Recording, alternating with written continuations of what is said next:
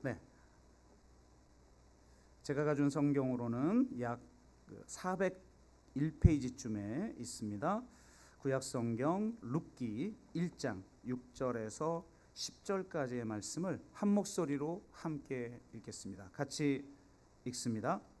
그 여인이 모압 지방에서 여호와께서 자기 백성을 돌보사 그들에게 양식을 주셨다 함을 듣고 이에 두 며느리와 함께 일어나 모압 지방에서 돌아오려 하여 있던 곳에서 나오고 두 며느리도 그와 함께하여 유다 땅으로 돌아오려고 길을 가다가 나오미가 두 며느리에게 이르되 너희는 각기 너희 어머니의 집으로 돌아가라. 너희가 죽은 자들과 나를 선대한 것 같이 여호와께서 너희를 선대하시기를 원하며 여호와께서 너희에게 허락하사 각기 남편의 집에서 위로를 받게 하시기를 원하노라 하고 그들에게 입맞춤에 그들이 소리를 높여 울며 나오미에게 이르되 아니니이다. 우리는 어머니와 함께 어머니의 백성에게로 돌아가겠나이다 하는지라. 아멘. 네, 우리 구미정 목사님 나오셔서 서로 받으라라는 제목으로 말씀 증거하실 때 많은 은혜 받기 바랍니다. 나오실 때 우리 박수로 환영하겠습니다.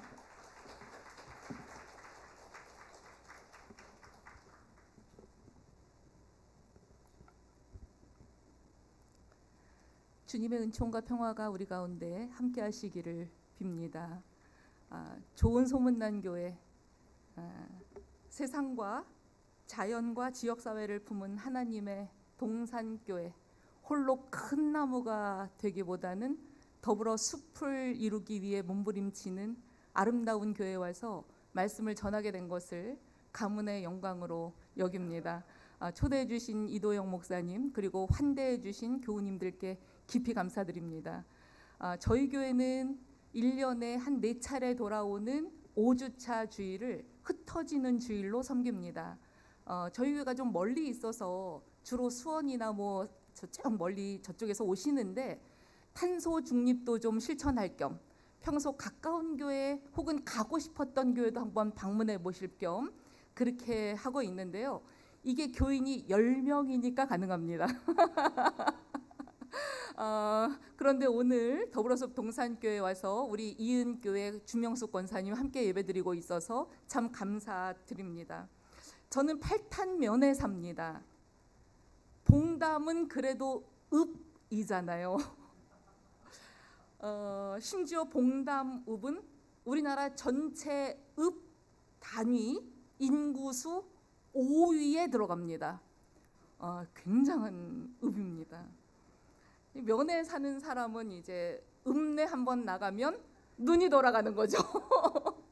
제가 사는 팔탄면 기천리 여기는 일단 호수가 있고요. 주변에 제조업이 있어서 토요일 주일이면 조용합니다. 평소에도 조용하고요. 사람보다 길냥이, 고라니, 새, 물고기가 훨씬 더 많습니다. 이 봉담읍에서 우리 더불어숲 동산교회가 훨씬 더 풍부한 하나님의 은혜를 나누시는 더 큰 숲을 이뤄나가시는 그런 아름다운 교회로 소문나기를 주님의 이름으로 축복드립니다. 세상살이가 참 힘듭니다. 뭐 지구는 둥글다 이랬는데 요즘은 세계가 평평해졌다 이렇게 표현합니다. 왜냐하면 저 나라에서 일어나는 일이 이 나라에도 영향을 미치기 때문이죠. 요즘 기후 위기라고 표현을 합니다. 제가 오늘 1부 예배 최미아 권사님, 2부 예배 장세현 성도님 기도를 들으면서 내가 하는 설교는 이 교회에서는 별책 부록이구나. 이게 부록이에요, 부록. 그러니까 덤이에요, 덤. 기도가 얼마나 품격이 있고 아름답고 내용을 충만하게 담고 있는지. 이러면 또 찬양 부르신 분들 기분 나쁘시죠? 찬양도 선곡이 제가 하고 싶은 이야기가 다 담겨 있습니다. 그러고 보니까 강도사님께서 목산수를 받으신대요. 제가 올해가 목사 안수 받은 지 20년째 되는 해입니다. 제가 99년 박사학위를 받고요. 그때까지만 해도 목사가 될 생각을 별로 못했습니다. 제 주변 생태계 안에 여자 목사가 한 명도 없었습니다. 그래서 신학 공부를 하고 가르치는데 제가 가르치는 분들은 거의 다 목사가 될 거잖아요. 그래서 하나님께 기도를 했고, 이럴 때 이제 하나님의 음성을 들어서 목사 됐습니다. 이러면 참 좋겠는데, 그렇죠? 근데 이제 제가 가르친 분들이 항상 이렇게 말하는 거예요. 교수님, 박사님은 대학 안에서 강의하니까 교회를 잘 모르십니다. 교회에 나가서 활동할 때는 그렇게 가르치셔선 안 됩니다. 이러시는 거예요.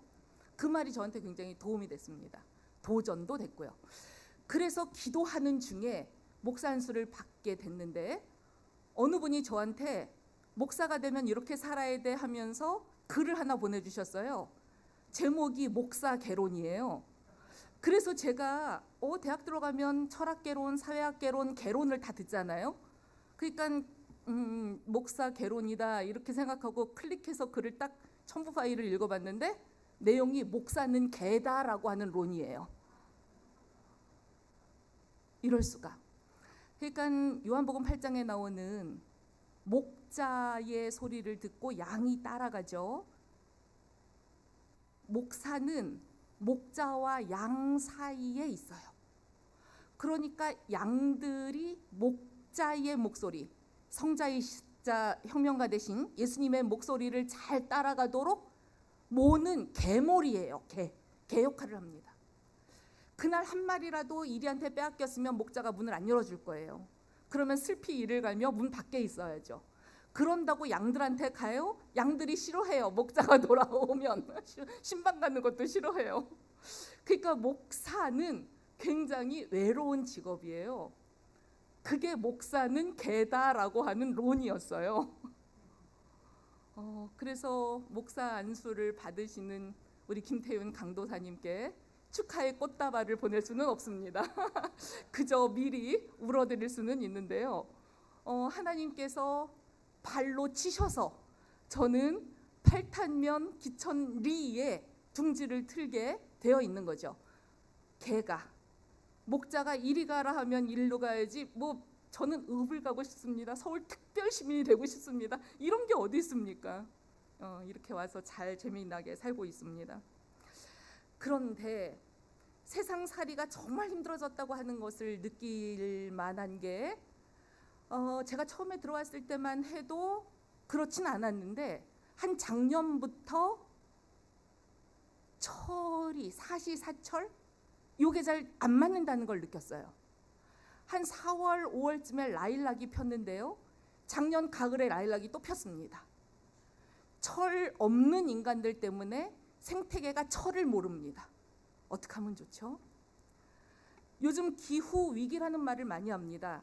그런데 어떤 어른들은 이게 왜 위기야? 하루하루 멀쩡한데?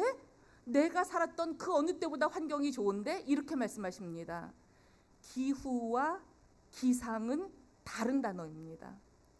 기상예보, 기상이라고 하는 말은 사람에 비유하면 기분하고 비슷합니다. 기분은 아침에 좋았다가 저녁 때 나쁠 수도 있어요. 하루하루는 괜찮아요. 그런데 기후라고 하는 말은 웨더와 다른 말이에요. climate. 기후라는 말은 아주 장기간이에요. 사람에 비유하면 성격입니다. 사람 성격 잘 안 바뀝니다. 특히 나이 들수록 야 인간 고쳐 못 산다 이런 말 많이 해요. 잘 안 바뀌어요. 지구도 그렇거든요. 안 바뀌던 애가 갑자기 바뀌기 시작한 거예요. 지구는 나이가 많은 행성입니다. 여러 신생별들도 있지만 지구는 46억 살 정도 되는 아주 늙은 행성입니다. 여러 사건 사고를 겪었는데 뭔 일을 안 당하겠습니까? 나이가 한 100살 되신 분들은 비행기가 추락하고 배가 뒤집어지고 별로 놀라지도 않아요. 살면서 전쟁도 당하고 일체도 당했는데요. 지구도 마찬가지예요. 작은 일들엔 꿈쩍도 안 해요. 그런데 5차례 대멸종을 겪었어요. 대멸종이라고 하는 말은 지구에 몸붙이고 사는 생명체의 생물종의 75% 이상이 싹 다 죽는 사건입니다. 한 2억 5,100만 년쯤 전에 고생대 페름기 말에 여러 대륙들이 하나로 초대륙을 이루면서 시베리아 밑에 묻혀있던 탄소들이 팍 화산처럼 폭발해서 지구의 기온이 팍 올라갔습니다. 그때 올라갔던 온도가 6도 정도였대요. 6도의 종말이라고 하는 책 있잖아요. 6도가 올라갔더니 1차 대멸종, 2차 대멸종에도 살아남아있던 삼엽충, 얘가 다 멸종됐어요. 그러더니 우리가 잘 아는 대로 중생대로 넘어와서 쥐라기라고 하는 시간에 공룡들이 싹 멸종합니다. 쥐라기 공원이 그 얘기를 하죠. 지구 입장에서는 정말 끔찍한 기억일 것입니다. 내가 품었던 생물들이, 내 자식들이 75% 이상, 거의 90% 이상 지구상에서 살지 못하고 멸종을 겪다니요. 한두 개체가 죽은 게 아니라 종이 사라지는 사건. 그러다가 신생대라고 하는 시간을 맞았습니다. 우리는 지금 신생대 제4기 홀로세를 살고 있습니다. 그런데 이 홀로세가 끝났다고 지질학자들이 이야기하는 겁니다. 홀로세라고 하는 시간 속에서 식물, 동물, 포유류, 드디어 인간이, 이 복잡한 생명체인 인간이 태어났습니다. 그런데 인간이 한 19세기, 18세기 과학혁명, 산업혁명 이때부터요 온도가 척척척척 올라가기 시작한 거예요. 지구가 멸망한다면 그 전에는 소행성이 와서 부딪혀 빙하가 폭발해 뭐 이런 사건들일 텐데 이제는요 인간 때문에 멸망한대요. 그래서 학자들이 지금의 시간을 홀로세는 가고 6번째 대멸종의 시대 인류세 엔트로포신 이렇게 부릅니다. 덥고 춥고 꽃 피고 지고 열매 맺고 열매를 따고 이 철의 리듬들이 지금은 맞지 않습니다. 평균 기온은 계속 올라갑니다. 이러다가는 2030년에 다 죽는다. 이런 보고서가 나왔음에도 지구 위 곳곳에서는 또 인간들이 서로 쌈박질입니다.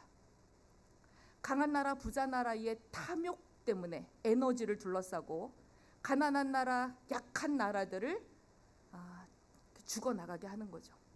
어제 우연히 국제 다큐멘터리 영화제를 봤는데요.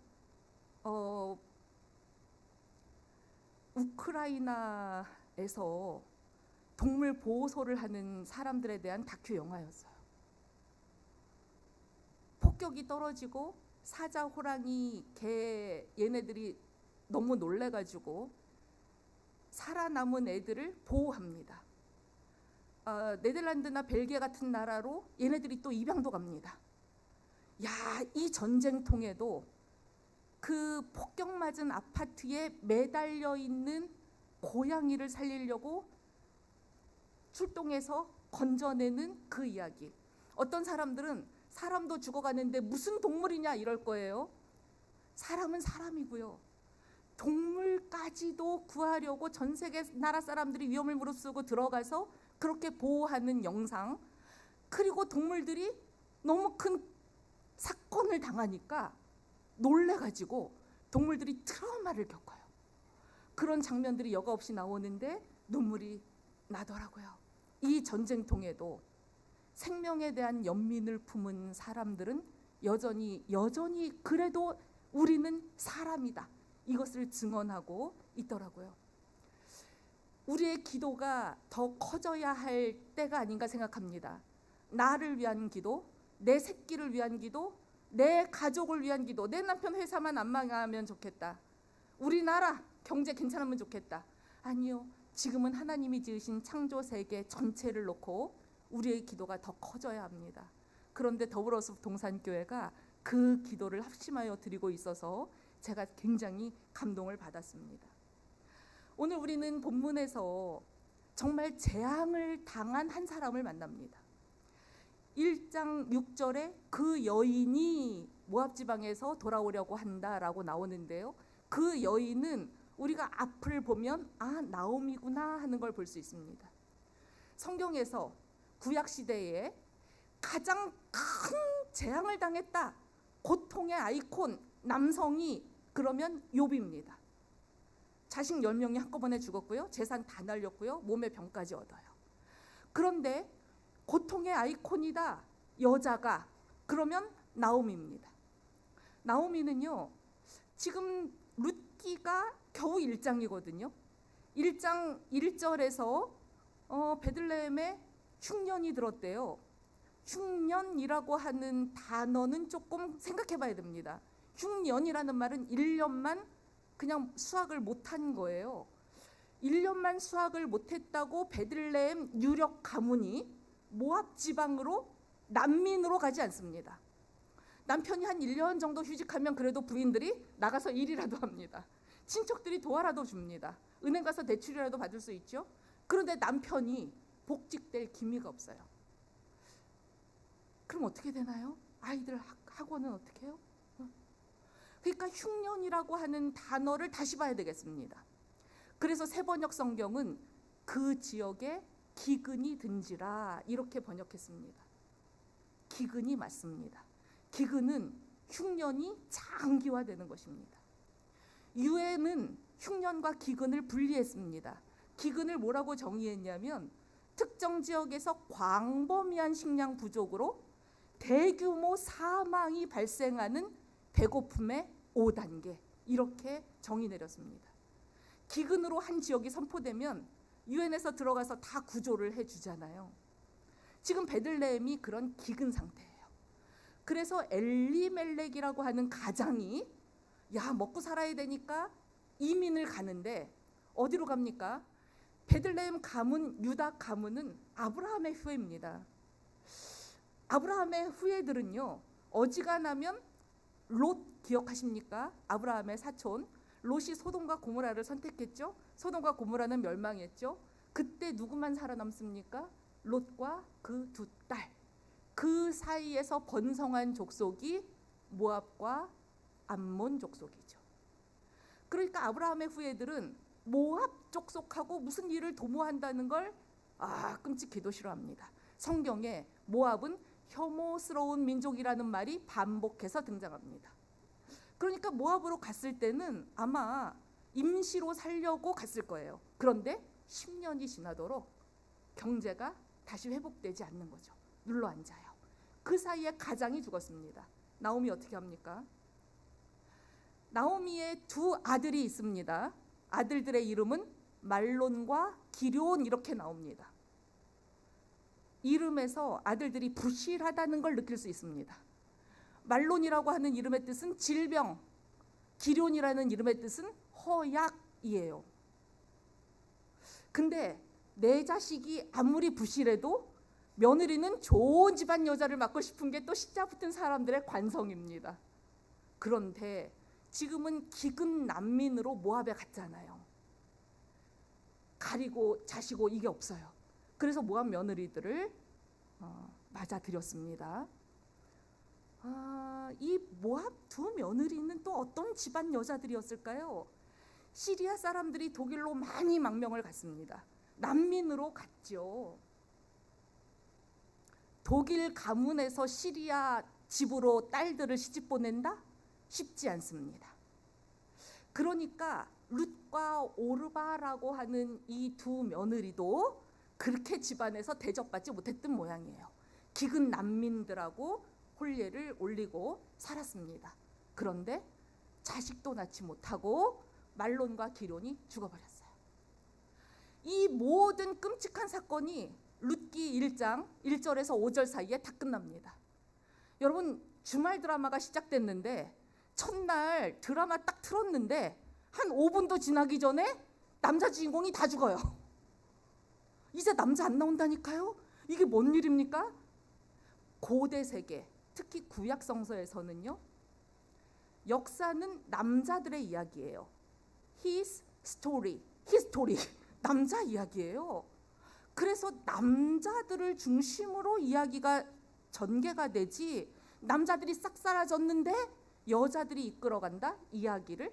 와, 룻기는 희한한 책입니다. 우리는 질문합니다. 누가 죽으면 우리는 왜 그렇게 본능적으로 왜를 묻죠? 말론과 기론이 왜 죽었대? 우리는 이래요. 주변에서 누가 죽잖아요. 그러면 왜 죽었대 이래요. 연예인 사망 사고 납니다. 왜 죽었대? 이렇게 묻습니다. 왜라고 질문을 합니다. 그런데 성경은 왜를 묻지 않습니다. 왜 죽었는지 친절하게 설명하지 않습니다. 요한복음 9장에 보면 날 때부터 시각장애를 앓고 있는 분이 나옵니다. 우리 성경은 한 100년쯤 전에 번역된 걸 그대로 써서 소경, 맹인 이런 표현들이 그대로 나와서 참 불편합니다. 그런데 영어 성경으로 봐도 장애인을 표현할 때 그렇게 표현하지 않아요. 블라인드 맨 이렇게 표현하지 않아요. 이제는 person with blindness예요. 그냥 그 사람은 인격이 사람인데 단지 눈이 안 보이는 상황을 갖고 있을 뿐이에요. 근데 우리 성경이 너무 장애인을 묘사할 때 절름발이 뭐 이렇게 존재 자체를 장애인화 해버려서 좀 마음이 편치는 않습니다. 어쨌든 시각장애인이 등장하는데요. 예수님의 제자들은 또 왜를 묻습니다. 이 사람은 왜 장애로 태어났대요? 얘 죄예요? 부모님 죄예요? 1세기 예수님을 따라다니는 제자들의 신앙 상태도 신화적인 믿음, 인과응보적 세계관에 그대로 젖어 있습니다. 죄가 없으면 이런 재난을 당할 리 없지, 이런 거죠. 신앙생활 멀쩡히 하면 왜 안 걸려, 이런 거죠. 그런데 예수님은 눈이 다르십니다. 여러분, 신앙이라고 하는 것이 아주 깊은 차원으로 들어가면 제일 먼저 바뀌는 건 눈입니다. 관점이 달라지는 것이죠. 그래서 예수님은 왜라고 받아치지 않습니다. 왜에 대해 설명해 주시지 않습니다. 요한복음 9장 3절, 예수께서 대답하시되 이 사람이나 그 부모의 죄로 인한 것이 아니라 그에게서 하나님이 하시는 일을 나타내고자 하심이라, 이렇게 말씀하십니다. 하나님이 이 사람과 함께 이 사람을 통해 어떻게 일하시는지 같이 증언하자, 같이 지켜보자. 룻기도 마찬가지입니다. 말론과 길론, 엘리멜렉 왜 1절에서 5절 사이에 다 죽었어? 왜? 설명하지 않습니다. 그냥 나오미는 재난을 당했어요. 그런데 이 사람이 어떻게 일어나는지, 어떻게 다시 사는지, 어떻게 부활하는지 하나님이 써나가는 구원 이야기를 같이 지켜보자, 그렇게 우리를 초대합니다. 고대 사회에서 월경마저 끊긴 여자가 두 아들마저 다 사라졌다고 하는 것은 민생복지가 무너졌다는 뜻입니다. 노후연금이 하나도 없어요. 사람이 숨 쉰다고 사는 게 아니죠. 나오미는 지금 좀비처럼 삽니다. 제임스 스미스라고 하는 신학자가 시간 안에서 사는 법이라고 하는 책을 썼는데, 어떤 사람은 머리 위로 그냥 시간이 쏟아진대요. 그건 시간 안에서 사는 게 아니에요. 과거, 현재, 미래, 나는 누구, 여긴 어디, 나는 왜 살고, 요것을 정확하게 아는 게 시간 안에서 사는 삶이에요. 그런데 나오미는 지금 정신줄을 놓았습니다. 죄송합니다. 남편이 살아있을 때만 해도 나오미가 괜찮았고 자식들 살아있으면 완전 괜찮죠? 근데 남편이 죽었어요. 그때도 살만은 해요. 왜냐하면 아들들이 남아있거든요. 근데 아들들마다 다 죽었잖아요. 살 낙이 하나도 없어요. 부모가 죽으면 천붕지통이라고 표현합니다. 천붕, 하늘이 무너지는 아픔이에요. 그래도 자식이 부모를 묻는 건 순리입니다. 정상입니다. 거꾸로 부모가 자식을 묻는 건 영리입니다. 비상입니다. 비상사태입니다. 그래서 우리말 표현에 참척지변이라고 표현합니다. 변고를 당하는 거예요. 참척의 변고. 참으로 너무 참혹해서 이로 말을 할 수가 없어요. 창자가 딱 끊어지는 그 정도 아픔이에요. 박완서 선생님의 한 말씀만 하소서, 그 책에도 나오지 않습니까? 88 올림픽 때문에 온 세상이 기쁨에 들떠 있는데 25살 2달 내 아들이 죽었어요. 위로 딸 넷이 있고 겨우 얻은 아들이에요. 의대를 다니고 있었어요. 박완서 선생님이 이렇게 표현합니다. 내가 대통령이라면 올 1년만이라도 사람들 웃지 못하는 법을 만들고 싶어. 88 올림픽이라고 다 떠들고 좋아하고 이럴 때마다 막 찢기는 거예요. 지금 나오미가 그렇지 않겠습니까? 살짝 바람만 불어도 칼에 베인 듯 온몸이 아픈, 자식이 먼저 죽는 비상사태 변고입니다. 윤동주 시인이 시를 썼죠. 그리고는 자기가 쓴 모든 시가 묶여져서 세상에 나온다면 나는 이 시를 제일 앞에다가 놓고 싶어 라고 하면서 제목을 서시라고 붙였죠. 서두에 놓는 시입니다. 윤동주의 서시, 그러면 여러분 머릿속엔 벌써 하늘을 우러러 한 점 부끄러움이 없기를 다 떠오르실 겁니다. 윤동주도 대단하긴 합니다. 지금 20대 중반의 나이에 모든 죽어가는 것을 사랑해야지, 그렇게 시를 씁니다. 여기 지금 보니까 20대 청년들 많습니다. 군대 가는 청년도 있습니다. 20대 청년들은 모든 죽어가는 것을 쳐다도 안 봅니다. 살아있는 것, 쭉쭉 빵빵하게 멋있는 것, 반짝반짝 블링블링 이런 거에 눈이 돌아가지 무슨 모든 죽어가는 것을 봅니까? 모든 죽어가는 것에서는 냄새가 납니다. 코를 막기 마련입니다. 모든 죽어가는 것은 악취를 풍깁니다. 거기 함께 하기란 여간한 영성 갖고는 안 됩니다. 그런데 윤동주는 모든 죽어가는 것을 사랑해야지. 이 말은 뒤집으면 살아있기 때문에 죽습니다. 살아있는 것만이 죽습니다.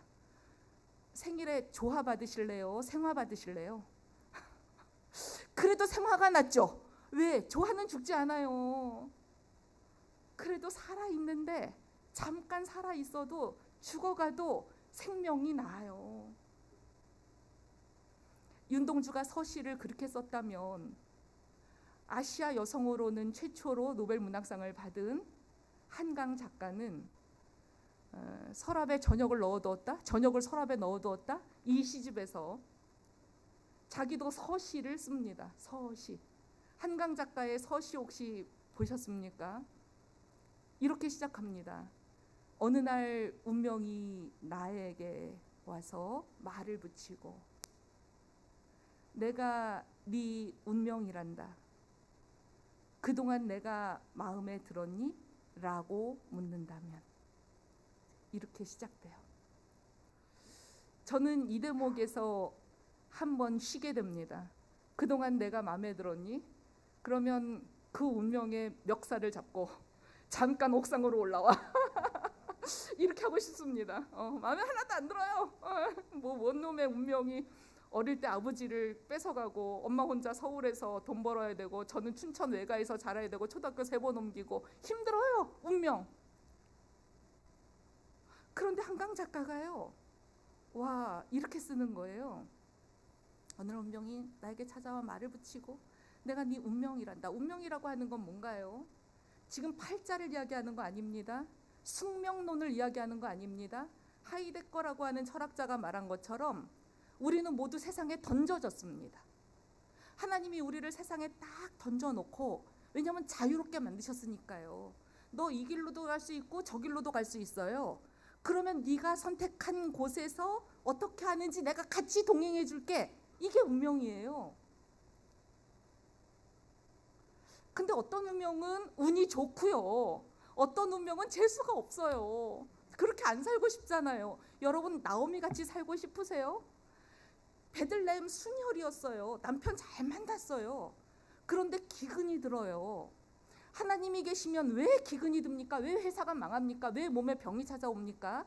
기근이 든다고요. 그래서 나오미가 정말 안 가고 싶었는데 모압 땅으로 다 같이 갔지 않습니까? 거기서 남편이 죽어요. 아들들도 다 죽어요.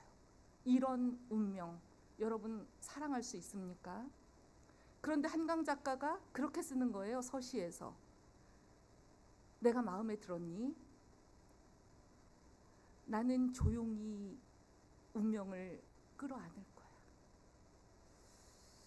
눈물을 흘리게 될지 아니면 더 이상 할 말이 없이 가만히 있을지는 잘 모르겠어. 이러면서 시를 이어가요. 저는 이 자기에게 주어진 운명을 사랑하라고 하는 이 말이 너무 아름다워요. 자기에게 주어진 운명을 사랑하라. 이 말을 라틴어로 어떻게 표현합니까? 여러분 저를 따라해 보시겠습니까? 제가 오늘 가르쳐 드리겠습니다. 라틴어로 5글자입니다. 네 운명을 사랑하라. 아모르 파티. 아, 왜 웃으시죠? 아니 이 어려운 라틴어를 가르쳐 드리는데 왜 웃으시나요? 아모르 파티. 네, 아모르 파티예요. 그래서 프리드리 니체라고 하는 철학자가 하나님은 잠들어 계신 것 같고 하나님이 살아계시다면 내 인생에 이런 일이 안 일어나야 되는데 예수 믿잖아요 지금. 그런데도 이런 일들이 일어나잖아요 지금. 하나님이 죽지 않고서야 어떻게 이런 일이 일어나요? 그런 세상 속에서 신앙과 영성이 높은 사람들이 가져야 하는 삶의 태도, 그것을 니체는 아모르 파티라고 이야기했습니다. 우리 민족은 문화 유전자가 뛰어나서 김연자 언니 때문에 온 국민이 아모르 파티라고 하는 이 위대한 사상을 다 학습을 하고 있습니다.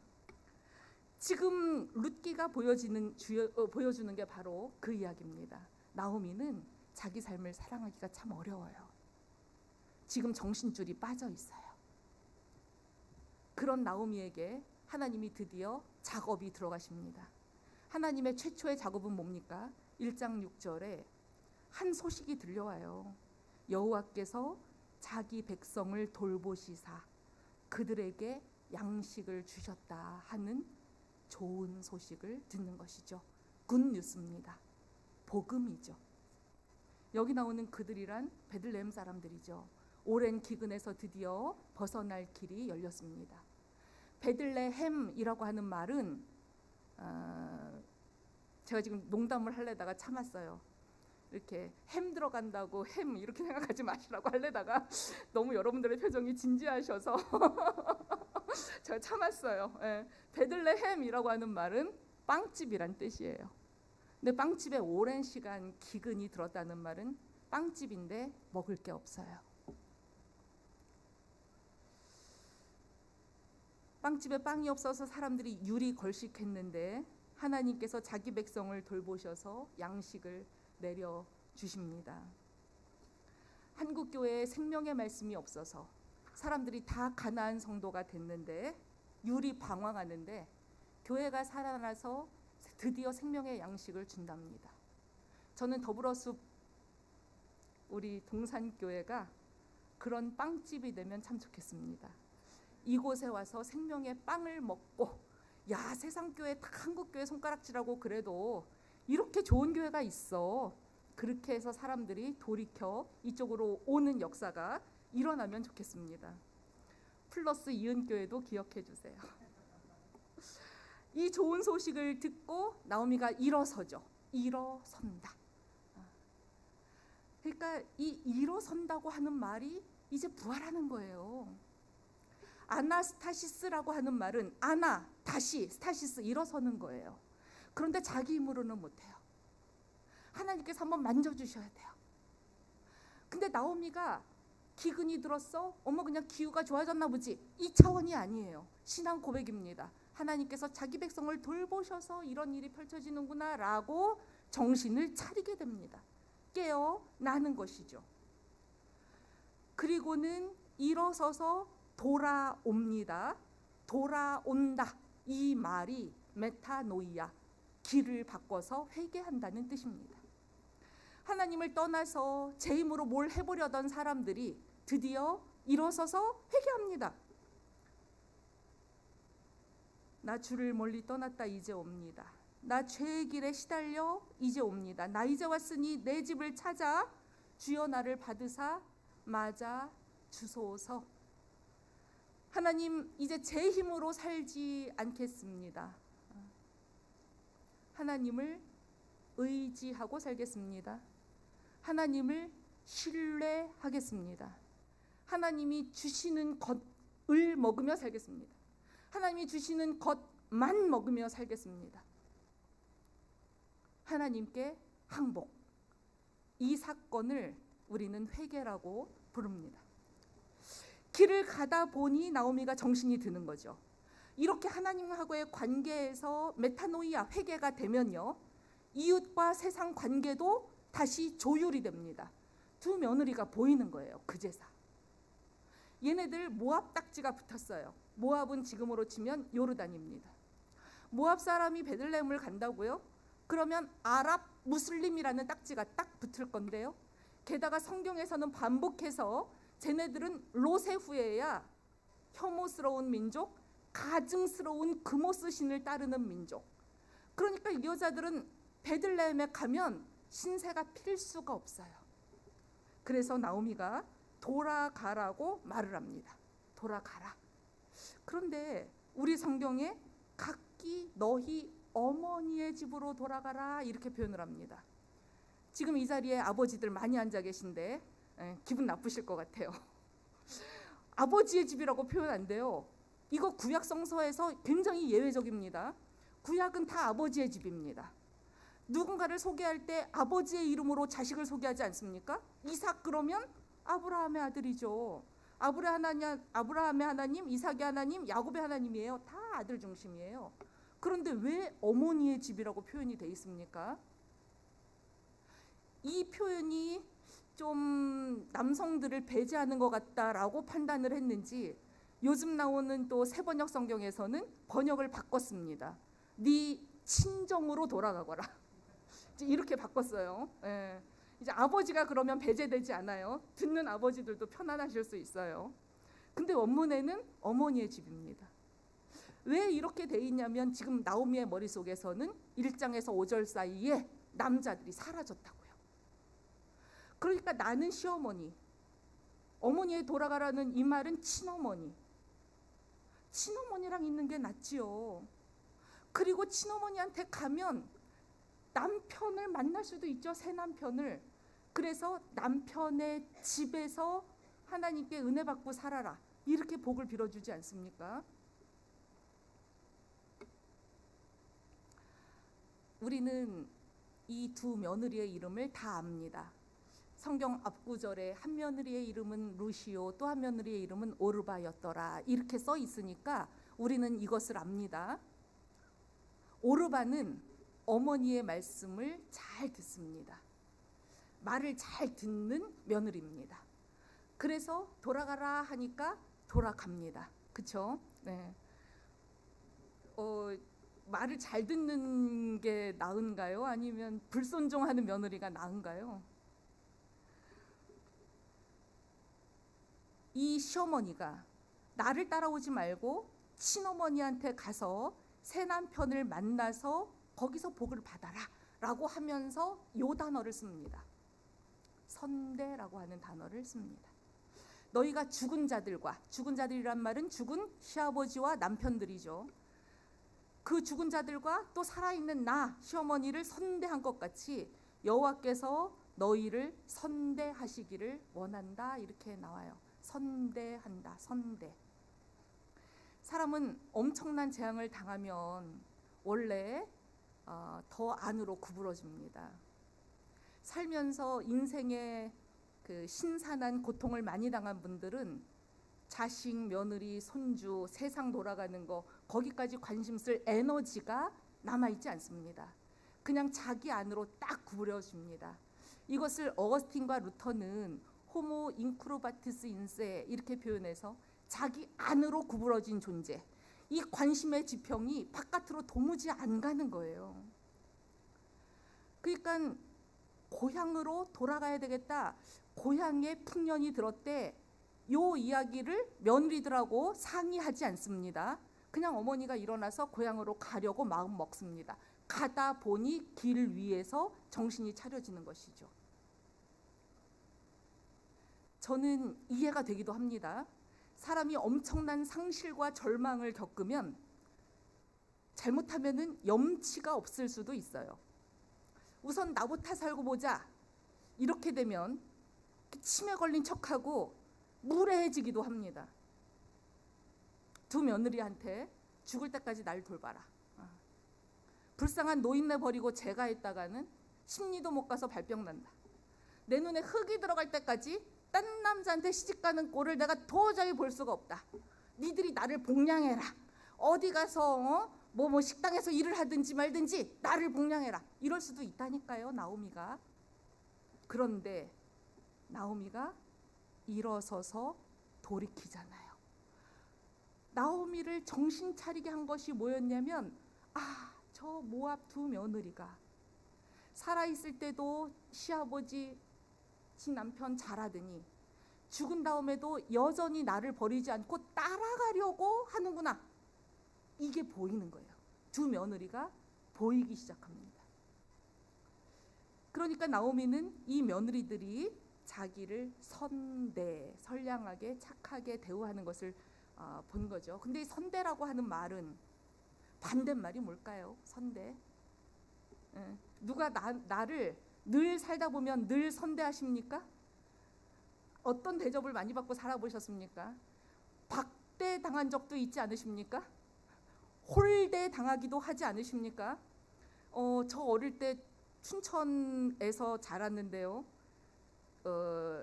이렇게 초등학교 3번 옮기고 춘천에 가서 춘천 중앙초등학교, 춘천 여자중학교, 춘천 여자고등학교를 졸업을 했는데요. 선생님들 우리가 한 학급에 막 70명, 12학급 이랬을 때 나를 선대한 선생님이 많았는가? 다시 생각해 보게 돼요. 왜냐하면 출석부나 저의 생활기록부를 보면 저는 그냥 결손가정아이, 조손가정아이예요. 이런 아이들은 박대 당하기 쉽습니다. 홀대 당하기 쉽습니다. 애들이 다 뭘 잘못해도 반장 나와! 그러고는 저를 한 10대 때립니다. 제가 지금 잠깐 반장했다는 또 자랑도 잠깐 하면서 이런 거예요. 세상은 이래요. 그러니까 박대라고 하는 게 우리 제자가 여수 사는데 자기가 제일 좋아하는 생선을 보냈는데 그게 박대더라고요.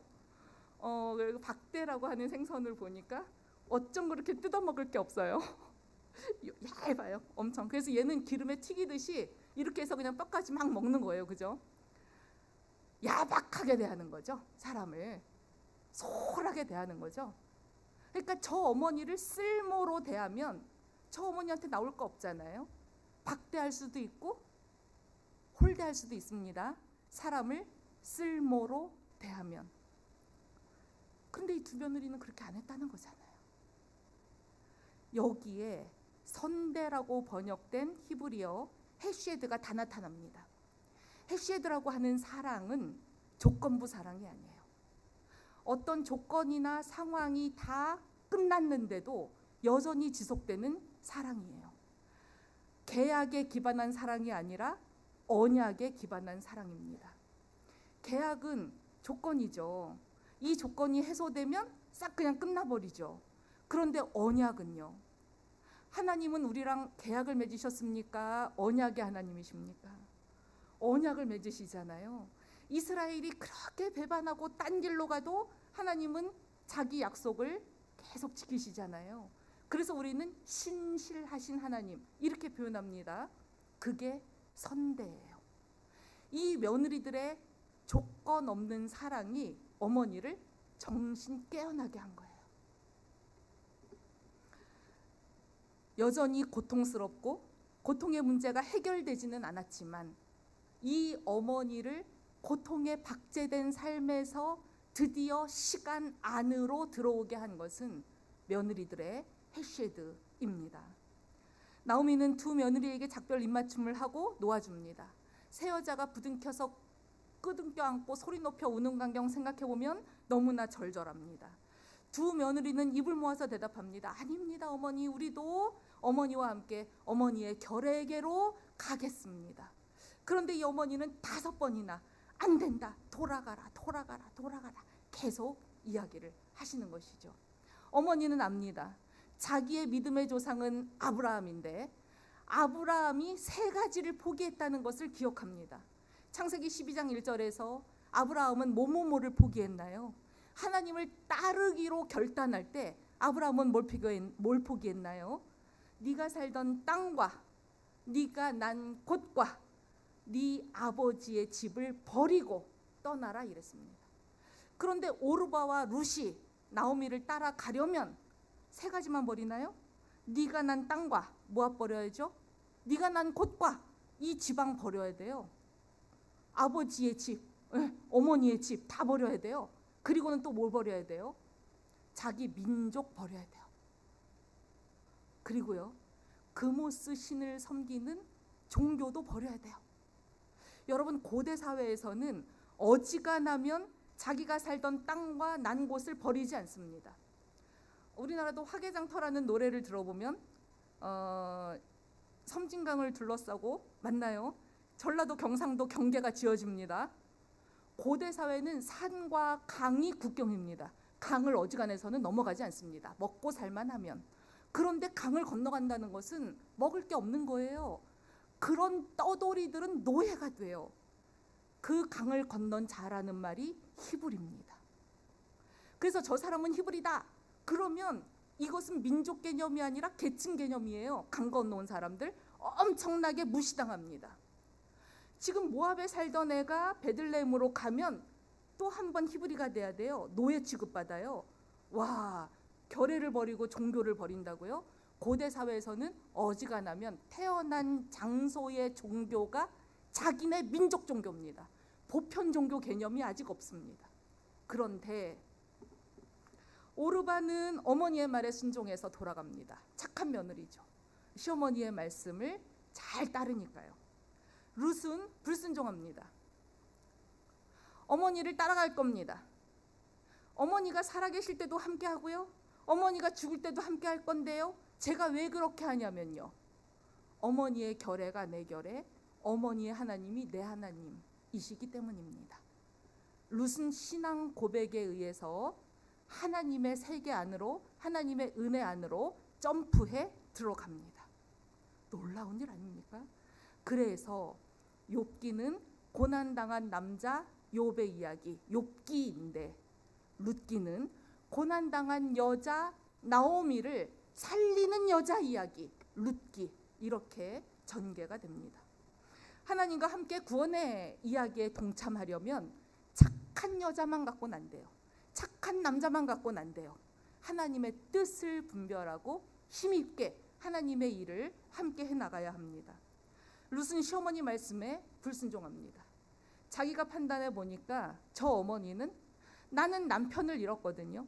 근데 저 어머니는 플러스 아들까지 잃었어요. 자식들이 다 죽는 것을 눈앞에서 봤어요. 자식을 잃고 정신이 반쯤 빠진 여자, 가만 놔두면 미치거나 자살할 것 같은 저 여자, 꺼져가는 생명, 그 사람을 선대합니다. 사랑으로 다가가는 것이죠. 이 어머니의 삶에 동행하기로 결단합니다. 룻이 어떤 머릿속으로 계산을 했을까요? 와, 베들레헴 경제가 다시 살아나니까 내가 저기 가면 재테크의 여왕이 될 수 있고, 저기 가면은 좀 젊고 참신한 남자 잘 만나서 재혼도 할 수 있고, 이렇게 생각을 했을까요? 그건 21세기 마인드죠. 고대 사회에서 베들레헴 유대 땅으로 가는 모압 여자는 그런 계산을 할 수가 없습니다. 모압 사람은 가증스러운 민족, 혐오스러운 백성, 성경에서 계속해서 그렇게 낙인 찍은 사람들입니다. 확신도 없는데 룻은 어떻게 이렇게 나오미와 동행하고 어머니의 하나님이 내 하나님입니다, 이렇게 고백할 수 있을까요? 이 대목에서 저는 김선우 시인의 가까운 아침이라고 하는 시를 떠올려 봅니다. 이 시는 이렇게 시작합니다. 너는 날개 없이 내게로 뛰어든다. 나는 너를 받는다. 온몸으로. 여러분은 살면서 날개 없이 누군가의 삶에 뛰어든 적이 있으십니까? 날개가 없다는 것은 바람에만 의지해야 됩니다. 바람이 이쪽으로 불어주면 글로 날아가야 되고 저쪽으로 불면 저쪽으로 날아가야 돼요. 날개가 없다는 것은 속도를 조정할 수 없기 때문에 잘못하면 땅바닥에 아무도 안 받아주면 누군가 받아줘야죠. 높은 데서 떨어질 때 쿠션이라도 있어야죠. 안 그러면 몸이 산산조각이 납니다. 어떻게 날개 없이 누군가에게 뛰어듭니까? 누군가 나에게 뛰어들 때 나는 둘 중 하나를 할 수 있습니다. 하나는 안 받으면 돼요. 못 본 척하고 그냥 지나가면 돼요. 강도 만나 거의 죽은 채로 있던 피 흘리는 사람을 제사장과 레위인은 못 본 채 하고 그냥 지나갔잖아요. 안 받아준 거죠. 그런데 누군가는 받거든요. 받아줄 때는 잘못하면 어떻게 됩니까? 내 인생이 거덜날 수 있어요. 우리말 속담에 물에 빠진 사람 구해줬더니 보따리까지 내놓으라 그런다. 그런 말들, 머리 검은 짐승 거두면 안 된다. 그런 말들은 받아주지 말라는 거예요. 세속처세죠. 그런데 아이가 높은 데서 뛰어내리면서 장난을 칩니다. 엄마 받아 막 이렇게 합니다. 그러면 엄마는 어떻게 하나요? 야야야 아이를 쫓으면서 제가 어디를 떠돌릴지 어머니가 온몸으로 아이를 받아줍니다. 아이는 뭘 믿고 지금 뛰어내리나요? 내가 뛰면 장롱 위에서 뛰어도 소파 위에서 뛰어도 엄마는 온몸으로 나를 받아주리라고 하는 신뢰죠. 바로 여기서 확신과 신뢰의 차이가 드러납니다. 우리가 하나님을 믿는다고 할 때 이 믿음은 확신이 있어야 믿는다 이러면 평생 믿기 어려울 수 있습니다. 하나님이 확신을 주시는 분인가요? 이 남자를 이렇게 주판을 튕기고 AI한테 물어봐서 결혼 정보 업체에다가 이 남자랑 결혼하면 내 팔자가 필 건가 막 수학적인 계산에 의해서 합치율 몇 이렇게 해서 짝짓나요? 그런 수학적으로 짝지어 보니 너무 행복하던가요? 인생이라고 하는 게 너무나 많은 변수들이 있어서 그렇지 않아요. 그리고 사랑의 속성은 원래 미쳐야 됩니다. 눈이 가려져요. 날개 없이 뛰어들어요. 사랑은 그런 거예요. 그런데 뛰어드는데 뭘 믿고 뛰어드는 건가요? 확신은 없는데 신뢰하는 거예요. 신뢰라는 건 뭡니까? 주도권이 나한테 있지 않아요. 저 사람한테 있어요. 주도권이 나한테 있지 않아요. 하나님한테 있어요. 하나님을 믿는다고 하는 말은 확신이 아니에요. 하나님을 믿는다고 하는 말은 하나님을 신뢰한다는 말입니다. 저분이 내 삶을 받아주신다고 하는 믿음이 있는 것이죠. 영화 콘클라베를 보면 콘클라베에서 그 교황을 뽑는 추기경 단장이 투표에 앞서 이렇게 기도하는 게 나오더라고요. 제가 가장 두려워하는 죄는 확신의 죄입니다. 내 확신이 하나님의 은혜와 영광을 가리기도 합니다. 그러나 나는 잘 모르겠습니다. 그래도 하나님 손 붙잡고 가봅니다. 이게 신뢰예요. 룻이 지금 그것을 보여주고 있습니다. 하나님 앞에서 하나님과 함께 살면서 확신이 없을 때조차 하나님께 대한 신뢰를 포기하지 않고 하나님이 나를 통해 일하시겠지, 그렇게 자기 삶을 온전히 내어 드립니다. 오늘 우리가 읽은 본문 뒤부터는 이제 하나님이 본격적으로 룻의 이 신뢰에 응답하는 이야기들이죠. 로마서 15장 7절에서 바울 사도는 로마 교회 교인들에게 당부합니다. 이 교회가 문제가 많았거든요. 로마 시민, 유대인, 부자, 가난한 자, 혈통, 빈부, 계급, 주인, 종. 바울이 이렇게 고백합니다. 그러므로 그리스도께서 우리를 받아 하나님께 영광을 돌리심과 같이 너희도 서로 받으라. 그리스도가 온몸으로 자기 몸이 십자가에서 부서지는데도 우리를 받으셨습니다. 그리고 그것을 하나님이 기쁘게 여기셨답니다. 바울 사도는 교회란 서로를 받는 곳이라고 정의 내립니다. 세상은 안 받아줍니다. 내가 무리냐? 나한테 기대게? 내가 호구지? 이래요. 세상은. 세상 처세죠. 저는 더불어숲 비전 3.0이 뭔지 잘 모르겠습니다. 그런데 아까 장세현 성도님의 기도를 통해서 대충 짐작을 했습니다. 세상은 미쳤다고 받아주냐? 받으면 내가 죽는데 라고 할 때 우리 주님은 내가 밥이다, 내가 물이다, 나를 와서 먹으라, 이렇게 나를 와서 마시라 말씀하셨거든요. 여러분이 몸담은 더불어숲 동산교회만큼은, 그리고 여러분이 몸담은 가정과 일터에서만큼은 서로를 받아주는 사랑의 역사가 계속 펼쳐지면 좋겠습니다. 헤쉐드의 위대한 기적이 여러분 각자의 삶에서 일어날 수 있다면 여러분을 중심으로 또 다른 전염체들이 하나님 나라를 사랑으로 물들여갈 것입니다. 이 귀한 일에 쓰임받는 교우 여러분들이 다 되시기를 주님의 이름으로 당부드립니다.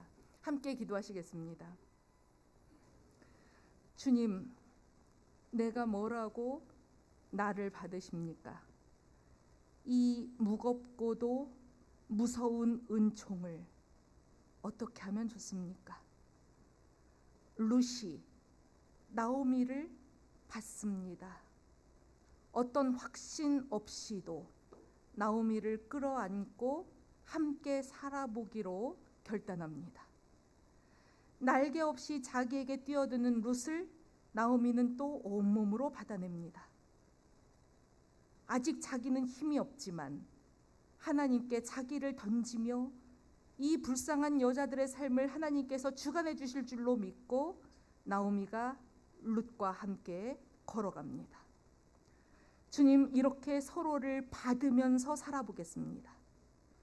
연약한 우리와 함께 해 주실 때에 성령께서 우리를 통해 구원의 이야기를 써나가 주십시오. 예수님